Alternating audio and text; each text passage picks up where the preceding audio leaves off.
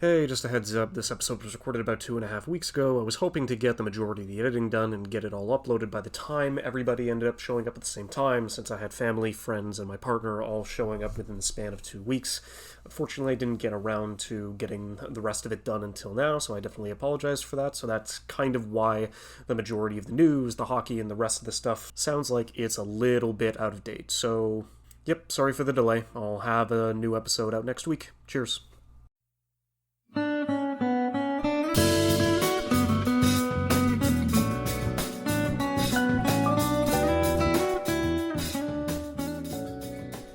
Hello, welcome back to Anime on the Sea to Sky. It's been, honestly, quite a good few days that I've been lining up to have a good stretch towards the end of April, and now that we're leading into May, when spring is in full swing, we'll be able to go through and not only get our schedule set for not only the anime that we've decided to continue on with the rest of the season, but then also for whatever is going to be lining up in the sports world, mainly considering hockey has been on fire and just completely chaotic over the past couple of days. Avid hockey fan, I legitimately can't wait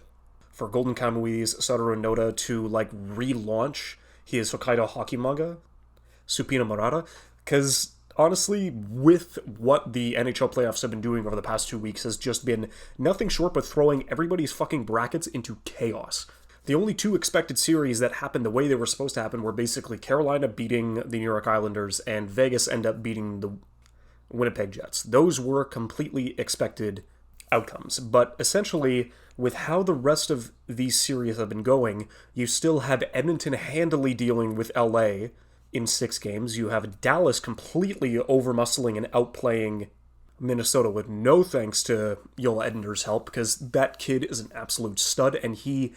does not know the word pressure. Absolutely not. And then, unfortunately, considering that my partner is from New York, and although they are not necessarily a hockey fan, both of their teams ended up getting knocked out in the first round, as New Jersey ended up very recently dismantling New York in their final game. Now, the two biggest series that ended up... Now, the last 3 series here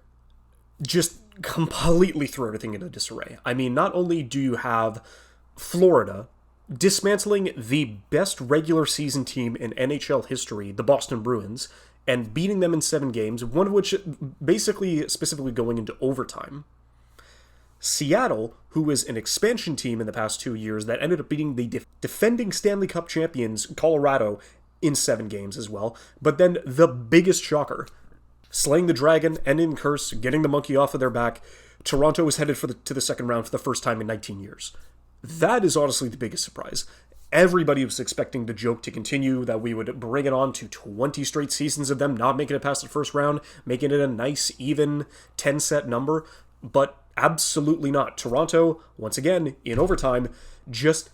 ended all of that. Very similar to how Vancouver was finally able to beat Chicago after 4 straight first-round series losses against them in order to make it past, but now this is going on for even longer, and is basically setting the entire city on fire, which they really need, considering that their quote-unquote winter is now transitioning into spring and still is bringing them nothing but cold and wet winter weather. But honestly, I'm going to give them that. Even if they just get knocked out in 4 games somehow by Florida, they're honestly just going to be happy that they made it to the second round. But the reason why they are also so extremely happy to this point is that Florida is still a good team. They still ended up beating Boston. But considering how much of a bane Boston has been to the Leafs over the past decade, the fact that they don't have to deal with them and their huge record-breaking season, but this is going to be what you would assume is going to be a Maple Leafs favored series against Florida, but considering what they've been able to do, especially with the resilience that Florida has been able to show against Boston, holy shit. I mean, this series could go either way. So that is probably going to be the most electrifying series of the 4 that we have left going into the quarters. I still think that Carolina is going to beat New Jersey, considering how strong their core is, but the only negative thing I can say about New Jersey is that they've got a relatively inexperienced team. They've got the youngest roster in the playoffs currently, but I still do believe that with the talent that has been slowly blossoming over the past couple of years, that if they make this series interesting and get that very necessary postseason experience, then they're going to be a ridiculous threat, either if they move on or leading into the next season.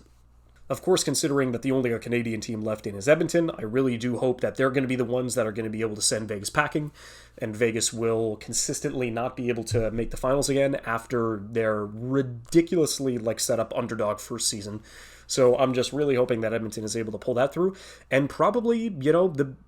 probably the second most interesting series that's going to be happening here is definitely Seattle versus Dallas, because Dallas has a very strong core, not ridiculously top-heavy like, say, Toronto or Edmonton, but not only is their defense solid, their goaltender is just possibly the top two in that is currently left inside of these playoffs. So that's going to be insanely interesting leading on through the rest of it, because Seattle doesn't necessarily have anybody that is going to be extremely top tier that is going to be carrying through the rest of it, so they're going to have to focus on what they're able to do within their teamwork to kind of make the rest of their lines work and try to find a chink in Dallas's armor. So good on them, considering that they've been able to not only make it to the playoffs this season, but make it into the second round in their first playoffs appearance. So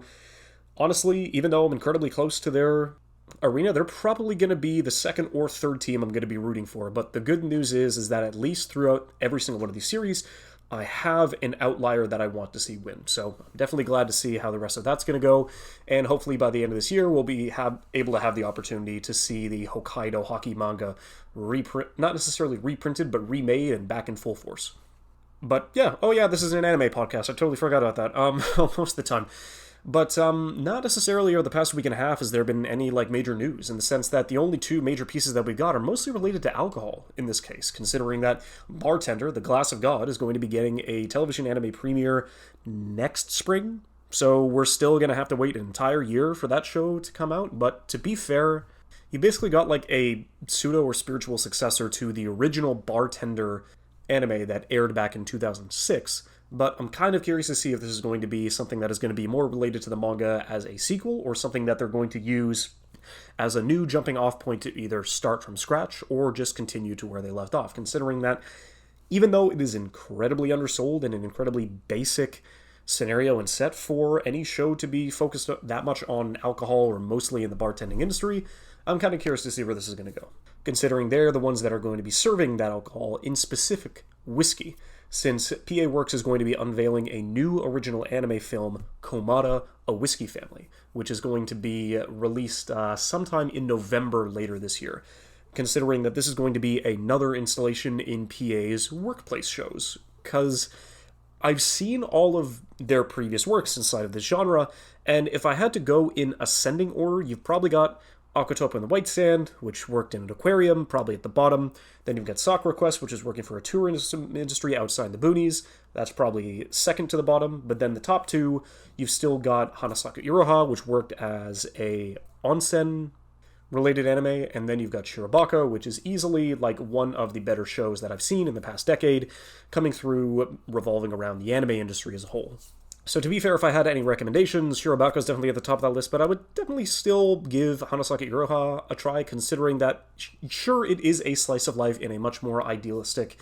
out of a rural setting kind of workplace comedy drama. Not so much. It's kind of all over the place, but I really do appreciate how you get invested in the rest of the family of those running the onsen specifically, and how they're able to go around and work out the problems that they've been able to afford inside of this industry. But for the anime film in question, I'm really curious to see how they're going to be going through and what the process is behind making most Japanese whiskeys. Because, to be fair, I am definitely a huge whiskey fan, love myself a little bit of bourbon, a little bit of scotch, but I'm kind of curious to see how the distillation process is a little more different in terms of Japan and how they've been able to make it their own, considering that I've had a handful of their Japanese whiskeys, and they haven't necessarily disappointed up to this point. Hibiki being probably one of my favorites.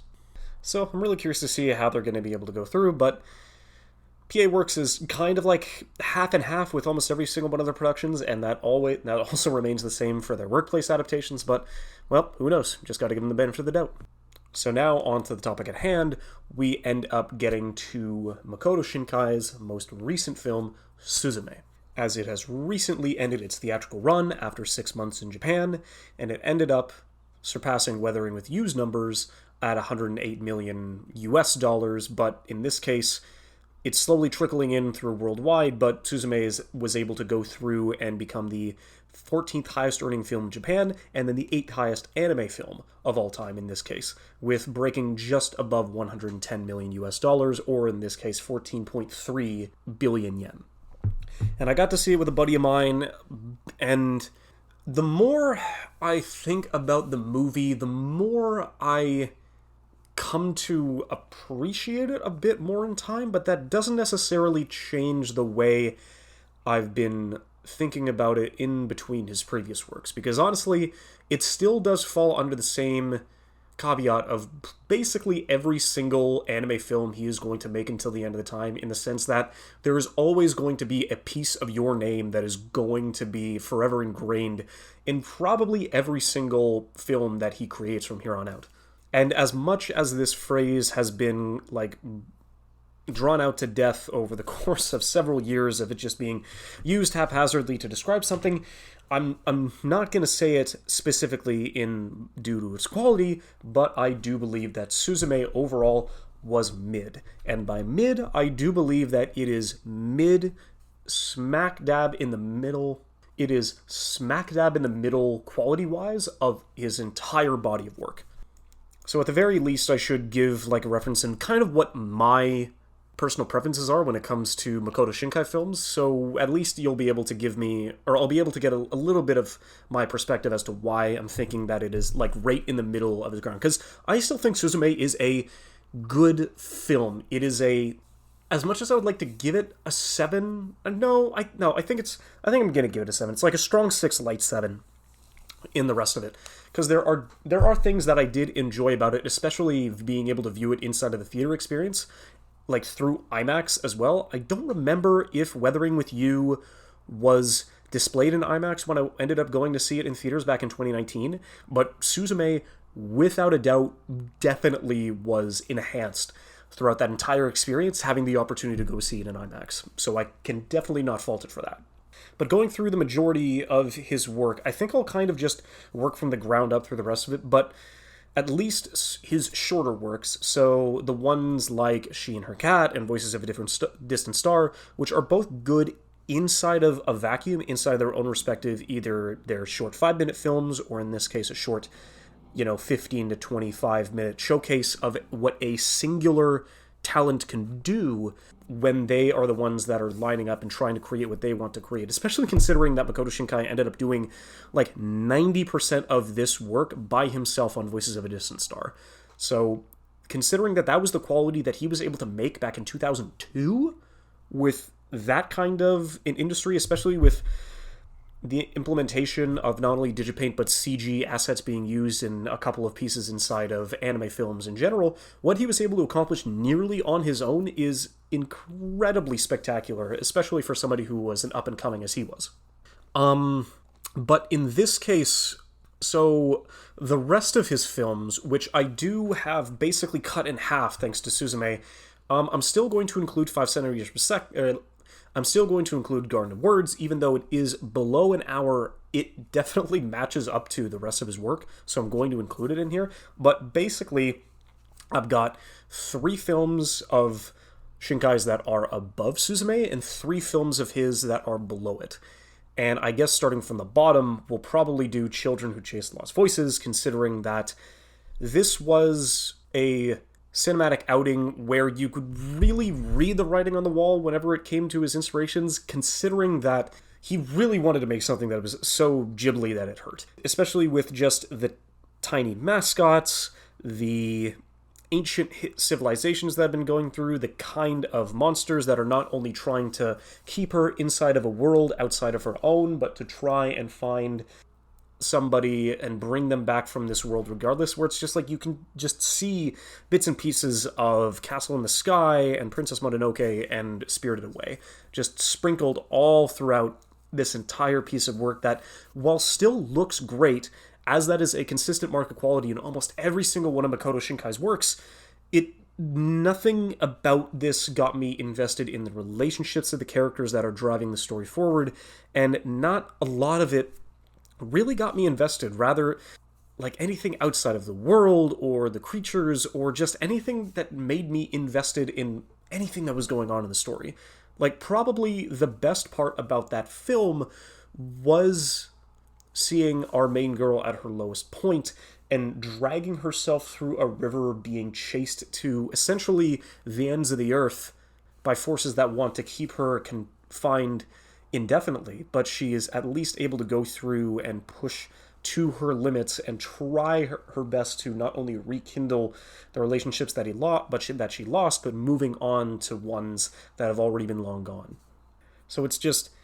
a piece of his catalog, but I don't necessarily think it should be gone back to. It should just be a cautionary tale whenever he decides to emulate anything else, because at least now he has definitely found his style and what he really wants to move forward with. Although Place Promised in our early days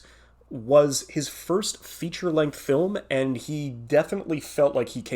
became mad with power, especially related to all the pseudoscience that he tried to go and fit inside of this world that was an alternate version of history that also has a lot of mysterious scientific and non-scientific findings that are screwing around with the world at large. But at least through this one, he got the central relationships between his characters to work. Considering that I do believe that this film would have been a lot more easily digestible if it was, the length of some of his previous works that would be about an hour long. Because this thing really does drag out its runtime all the way for an hour and a half, and it feels way too long for anything along those to kind of keep you invested, especially when the majority of the science that you're trying to listen to isn't necessarily interesting enough or based on a grounds that you'd be able to understand, and just not leading you to have a lot of attachment towards any of the characters or through the rest of it that's going on. Although the climax does raise your spirits up and does create a bit more tension that you would have expected that the film was able to go, and I don't know. It was fine. Especially for a guy, this was less than 3 years after he finished Voices of a Distant Star, and the fact that he went from something of that caliber all the way up to a feature-length film is definitely impressive. Now, Weathering with You is... it was so weird. I have such a weird relationship with this film, considering that back in 2019, I went to TIFF for the first time, and I waited in line 9 hours to see this film on opening weekend of... No, was it 2 or 3 days? It was either 2 or 3 days that it was having screenings at TIFF, but I didn't get in to see, unfortunately, any of them. And the one day I waited 9 hours, only to just fall short, like, less than 10 people in the line, and so it was like, okay, well, that's kind of unfortunate because that was the major film that I wanted to see at TIFF. And even though I did get to see a handful of other films that weekend, I definitely took a lot of notes for any future endeavors whenever I decide to go to any other international film festival, because it was my first. So not seeing the one popular movie that a lot of others wanted to see, especially in the wake of him making Your Name, was definitely understandable and something that I'm going to at least think about more diligently moving forward if I ever come back to any more of the festivals. But Weathering with You was something that didn't get... Basically, I liked... Liked is a strong word. It's probably the most conflicting thoughts I have on any of Makoto Shinkai's works, considering that a lot of people do like this over Your Name, and I can't for the life of me understand why. Because I think the major point is that the main boy in this film is just so insufferable and lost that you don't really know what to do with him, in the sense that he's fighting off nearly everybody that wants to help him. He's got good chemistry with the main gal, but he is just such a, not a little shit, but you just want to see him learn anything and try to move forward with it, which he finally inevitably does by the end of the film. But almost every other side character that is going into this film basically just takes after his lead and going backwards and not helping him out to the point. Honestly, The best character inside of this entire movie was Hina's little sister Nagi, because he's a elementary school playboy who has more control over the scenarios than the teenagers or the adults in this film. Like, he's the one that is not only supporting his sister through some of the trying times in their events, but he's the one that not only goes through and helps Taki towards the end of this film. Like, he really does. He's the most proactive character in the movie, which is saying a lot, unfortunately, since if you're telling me that the most proactive and most impactful character inside of this movie is an 11-year-old, then that doesn't necessarily bode well for the rest of the cast inside of this film. But at least through the rest of it, I do believe that towards the end of the movie, you do get enough progression comparatively to the rest of the film, because this was so similar to kind of the beats that you had in Your Name, and in this case, he was mostly taking a place promised in our early days, when you've got supernatural findings that are related to the main girl inside of your story that then the main character has to go and search for in order to bring her back. So it started becoming a telling piece where, at least, of course, if you're going to make a film that's successful and you don't take after it from some point, it's definitely the easiest way for you to get a good baseline to create your next film and at least have something to jump off of that everybody else is going to be able to relate to. But it definitely didn't work as well as it would have for me. Although the one major positive thing I can say, because at this point you can definitely say that there's always one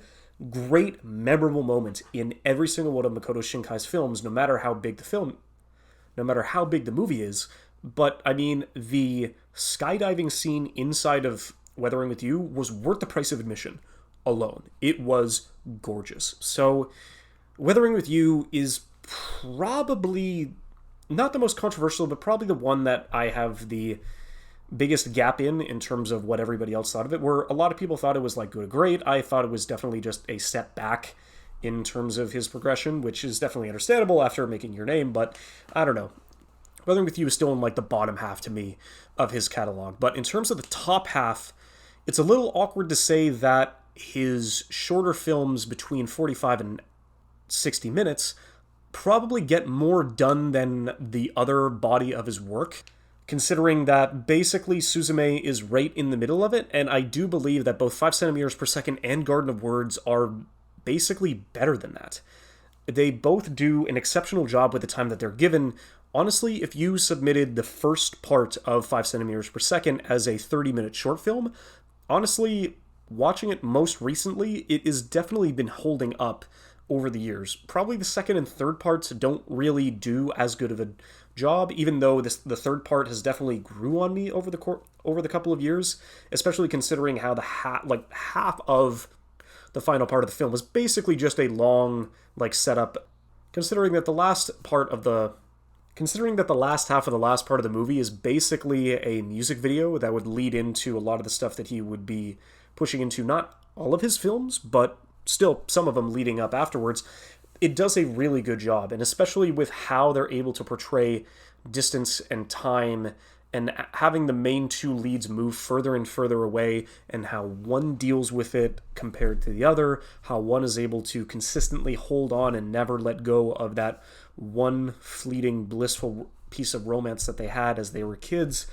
and the first meaningful connection that they made with another person in their life, compared to one who still held on to it but couldn't necessarily give him the opportunity, especially with the limitations of the technology of the time. But I do still think that 5 centimeters holds up to this day. The same can be said of Garden of Words. It is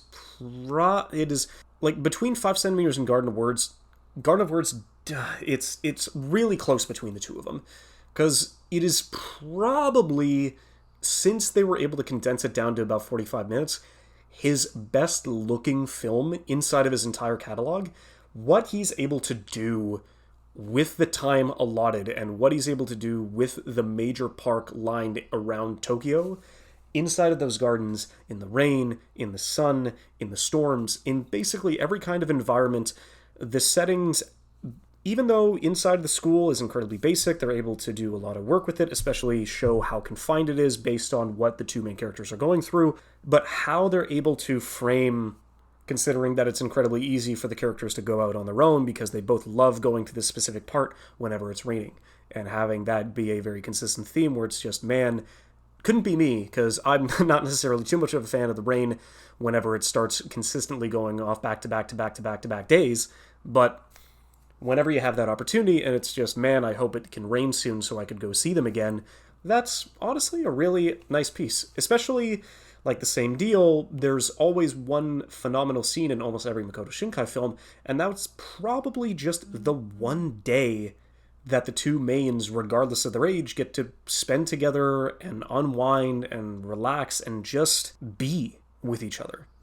And that's always the scene that I come back to whenever I keep thinking about this film, and it still holds up to this day, and I know I've been sounding like a broken record with that phrase consistently, but it's definitely something that I would recommend, especially after watching either Suzume or Weathering with You, considering what the weather does towards both of the shows.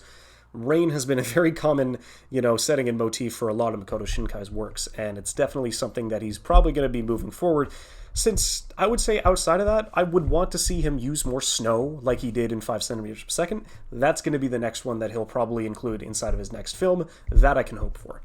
But I still don't think it would be a miracle for him to top Your Name in his lifetime. I still do think that Your Name, even though I haven't watched it in a couple of years, it still remains probably my favorite anime film of all time, and it's going to take a lot to get over that kind of a bar, because Your Name basically took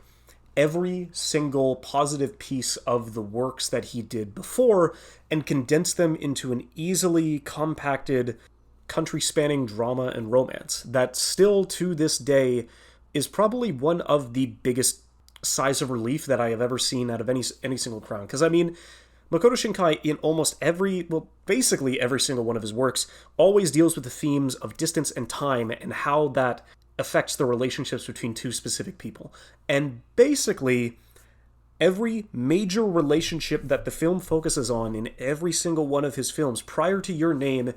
always ended up with a separation or an agreement to part ways, or something that will relieve you of your relationships through death or time, or anything that that he will dictate will remain to keep the main two characters inside the romance apart. And the fact that he did that for over 15 years to finally finish it off with a crescendo and an exclamation point towards the end of Your Name and be like, nope, you know what? These two. I'm going to let these two have a happy ending. And it was just a phenomenal just send-off and conclusion to that kind of story and to that kind of point in his career.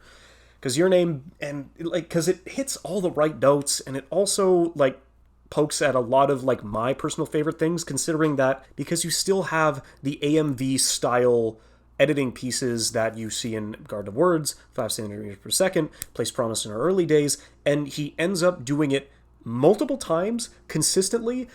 and not dropping a single sweat, having consistent bangers back to back to back to back. Radwimps was just a phenomenal choice, and now they're basically set for life, especially with not only the work that he's going to be doing with Makoto Shinkai in the future, but you could basically just sell that entire soundtrack and that vinyl and perform that for the rest of your days, and you will never have to worry about another job ever again. So Radwimps is basically set for life. And to be fair, they deserved it, especially with what they were able to create specifically for this story. And so considering it as a phenomenal soundtrack, it is gorgeous to look at, and a very satisfying conclusion to a couple that you can only root for consistently with all the challenges that they've set before them,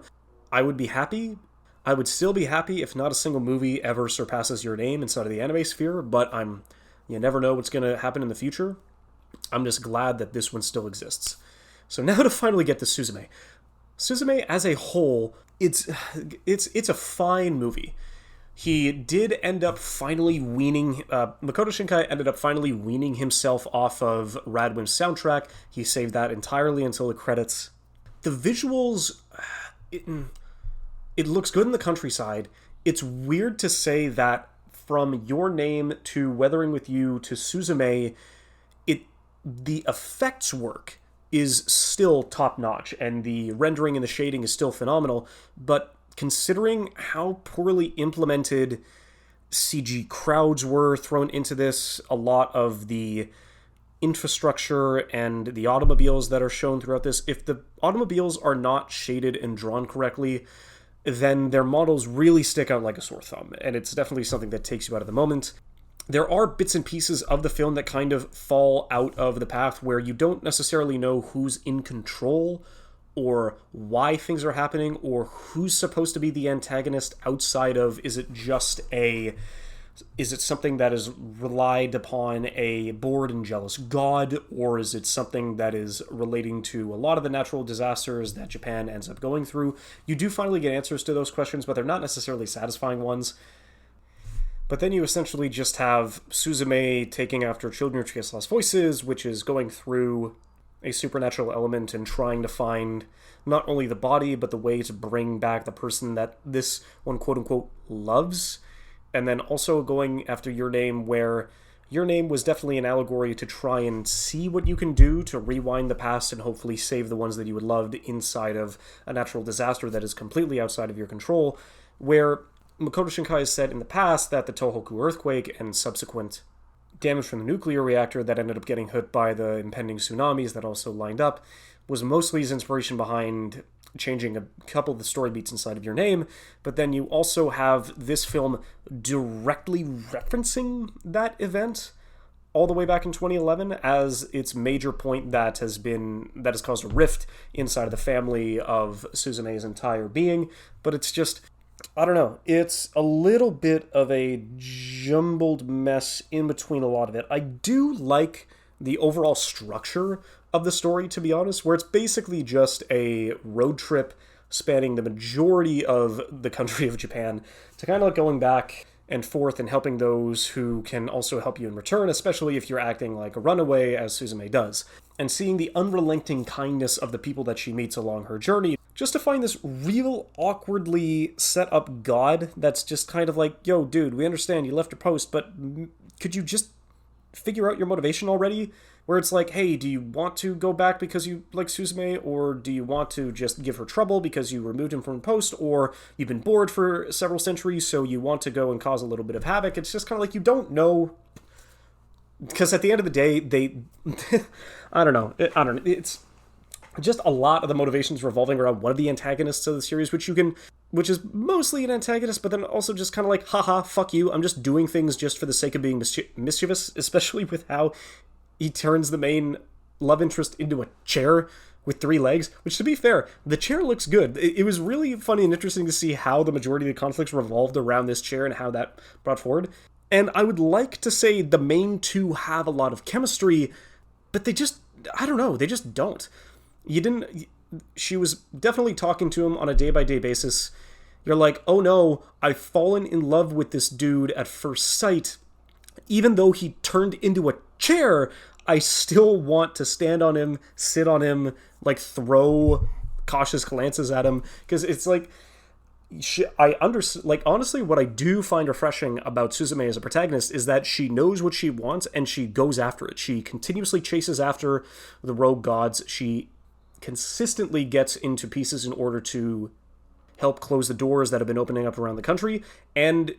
this dude who, I can't remember, he's going in through teacher's college, so I can't tell if he's 19 or if he's early 20s. I believe he's early 20s, because he's, I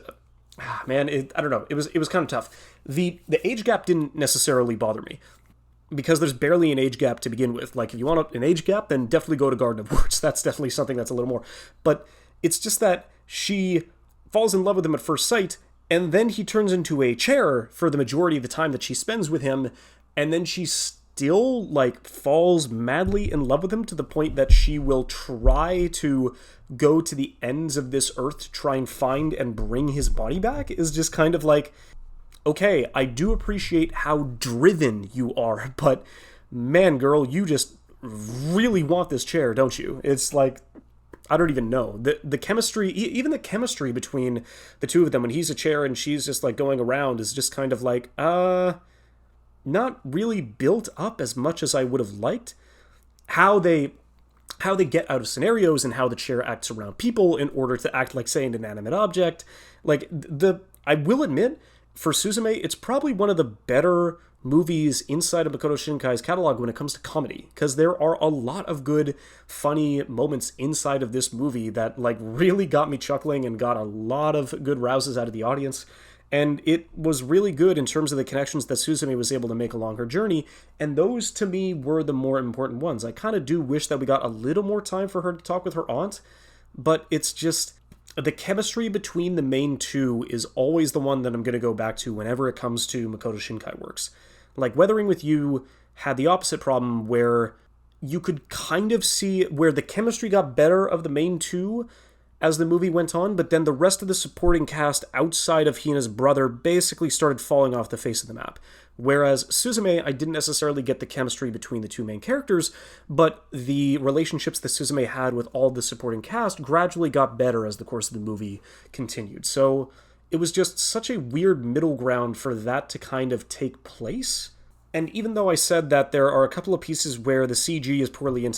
implemented inside of the film, a lot of it still looks gorgeous, especially whenever she is fighting to close the doors, and the specific sound that it makes when she finally puts the key in the lock. I'm so glad they continuously repeated that same sound over and over and over again, because if you're going to be having that as the climactic sound to your movie, you gotta make sure it's not only mixed correctly, but it sounds satisfying. And every single time she ended up closing a door, it was easily one of the most satisfying moments of the film, especially with how IMAX is able to really reverberate that sound throughout the entire theater. So those were honestly phenomenal moments whenever they came up on screen. So as the movie kind of went on, I did appreciate how more and more people ended up elevating Suzume, especially giving her more motivation to help more and more people as the story went on.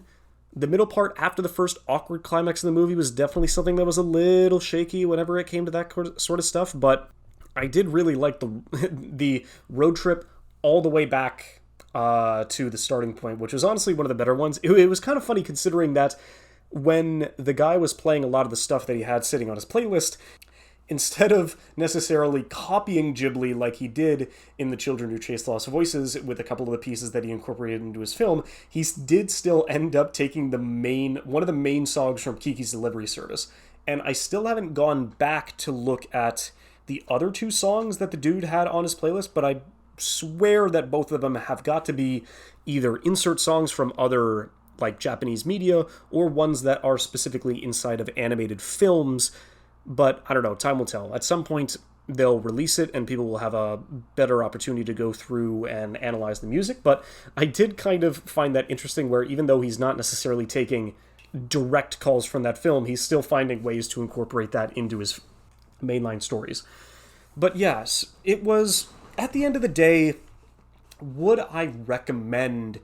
somebody to go see Suzume? It's a tough sell. Honestly, it's not something that's going to waste your time, because at the end of the day, when I think back about my experience with this film, did I dislike it? No. Did I absolutely adore it? In very minute points. There's always one, like I said before, there's always one scene in every single Makoto Shinkai film that almost makes the price of admission worth it.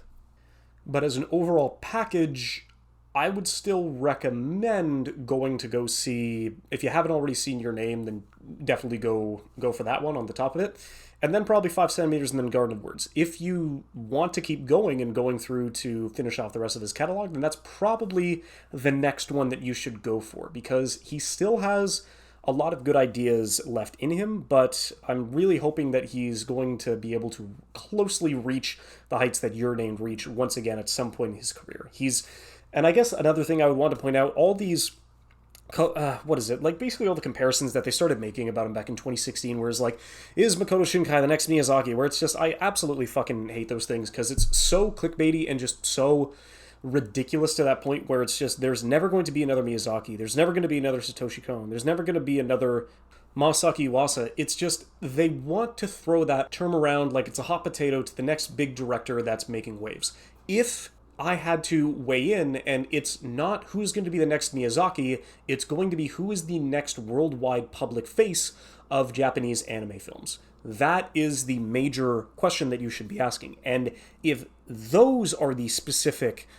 parameters that you want to grade somebody on that question, then yes, I do believe that Makoto Shinkai is the next big worldwide face of Japanese anime films, especially with the consistent success and quote-unquote quality that has been able to bring ever since Your Name. I mean, honestly, ever since Garden of Words. He's been still very consistent in a lot of the works that he's been able to make over the past decade. And in this case, if you want a guaranteed sell of any major director inside of working Japan today, then yes, Makoto Shinkai is definitely going to be the number one man that you are going to go through and ask on any of those questions. So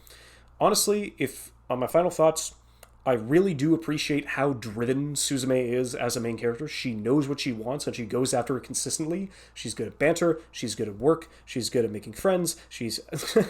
she's good at making connections. She is very forward in a lot of the stuff that she's able to do, and she is a very focused and accomplished individual even through the time that she is in the middle of high school. So I wouldn't be surprised if in the near future she would probably take her skills over to Japan to go and kind of figure out how she's going to be using this newfound vision of hers, but only time will tell.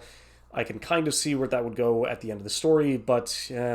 once again, it's another relationship that's going to be separated by, once again, distance and time. And if there is only one negative thing that I can say about Makoto Shinkai, is that it's his repetition. So, I mean, hopefully we'll be able to see a more interesting look at his catalog in the next 3 years or so when he ends up making his new film, but I don't know, we'll just have to wait and see. Cheers, have a good one.